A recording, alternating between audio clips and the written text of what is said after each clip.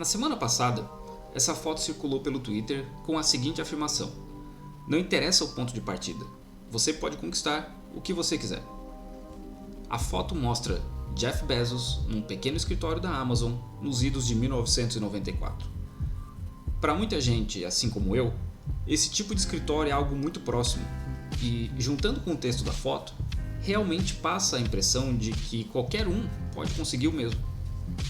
Mas essa foto, assim como a história romantizada de muitos outros empreendedores bilionários, não mostra alguns detalhes que são sim muito importantes.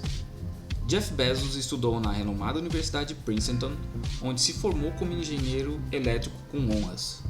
Trabalhou numa startup de comércio internacional, em um banco e um fundo de investimentos que já utilizavam modelagem matemática em Wall Street.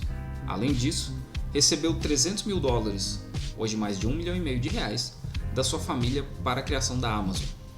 Em 1997, a Amazon se tornou uma empresa pública e o resto é história. Hoje ele é o homem mais rico do mundo, com uma fortuna avaliada em mais de $200 bilhões, mais de R$1 trilhão. O segundo na lista de pessoas mais ricas do mundo, Bill Gates vem de uma família materna de banqueiros e seu pai era um advogado conhecido na época. Aos 13 anos, em 1968, foi matriculado numa escola particular, onde tinha acesso a computadores e onde aprendeu a programar. Chegou a cursar 2 anos da Universidade de Harvard, onde conheceu Steve Ballmer, que viria a ser seu sucessor na Microsoft, mas acabou abandonando o curso de matemática. Além disso, Gates contou com o apoio de um fundo de investimentos para a criação da Microsoft e dinheiro emprestado da família. Ainda quando era um adolescente, Elon Musk disse que sua família tinha tanto dinheiro que não tinham onde guardar. Seu pai era um engenheiro mecânico, piloto de avião e consultor na África do Sul, e posteriormente comprou minas de esmeraldas, que é a base da riqueza de sua família. Vindo de uma família abastada, desde cedo Musk teve acesso a uma educação privada e computadores, aprendendo a programar aos 10 anos de idade.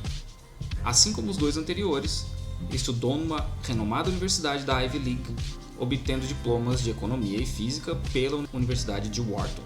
Em 1995, junto com seu irmão, funda uma empresa com dinheiro de investidores anjos. Diferente dos citados anteriormente, Mark Zuckerberg não veio de uma família rica, mas também não era exatamente pobre. Sua mãe era psiquiatra e seu pai era dentista. Também estudou em escolas particulares e teve acesso quando jovem a computadores, fazendo com que, juntamente com sua paixão por matemática, ele aprendesse a programar durante o ensino médio.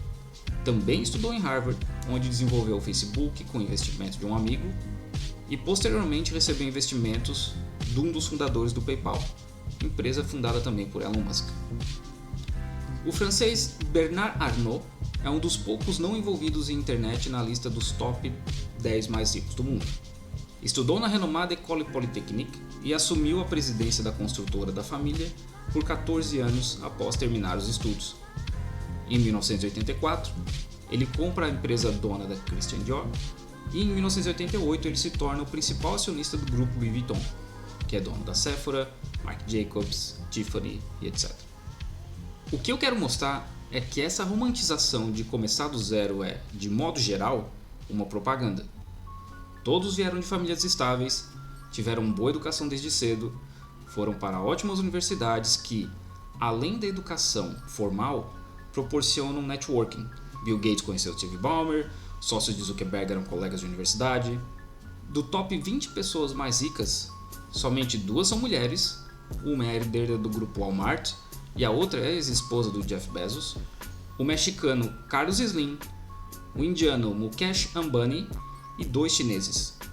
Todos os outros são homens brancos, ou americanos ou europeus. O primeiro negro a aparecer nessa lista é o nigeriano Aliko Dangote, na 50ª posição, e seu avô já era o homem mais rico do oeste africano. Com certeza existem sim casos de pessoas que vieram do zero, trabalharam muito, tiveram sorte e conseguiram chegar nesse nível de riqueza. Inclusive, essa é a história que Jack Ma, o segundo homem mais rico da China, conta. Mas eles são a exceção e não a regra.